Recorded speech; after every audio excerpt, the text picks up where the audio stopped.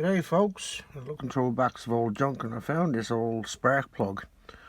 This is back in the day of the Model T when the driver, the owner of the vehicle, could pretty much perform any kind of maintenance.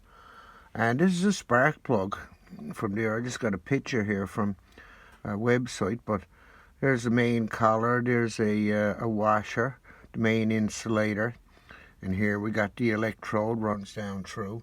And we got the retaining collar, keeps the insulator down inside of this piece. There's a 1/2 inch pipe thread apparently. And then we got a little brass nut on the top. And this is what I found. Now it's extremely old and very rusty and you'd never be able to use it. But I thought first this was bent.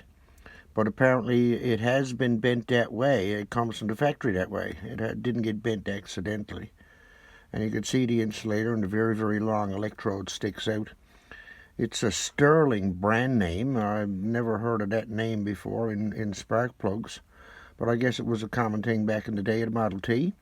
And this is a little brass knurled nut on the top of it where you could actually tighten on your spark plug wire from your coil or your distributor.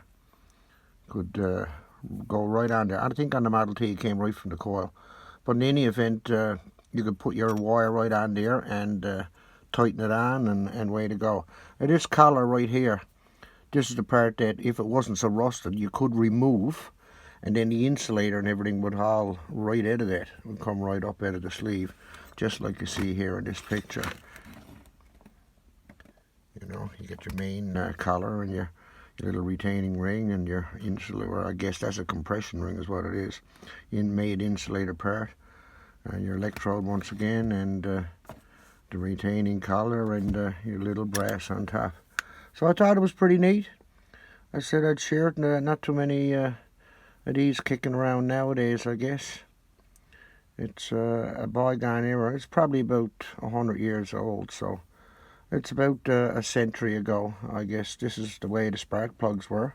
You could actually take the spark plug apart and clean it up and put it back in, and way to go. So vehicles were much more user-friendly at that point in time. The driver, the owner of the vehicle, was able to perform just about any kind of maintenance, and certainly was required to do all sorts of maintenance on it. So I guess the spark plugs just fit in with the rest of it too. You know, you're able to do your own maintenance even on the spark plug comes apart, and you can clean that up. Amazing stuff.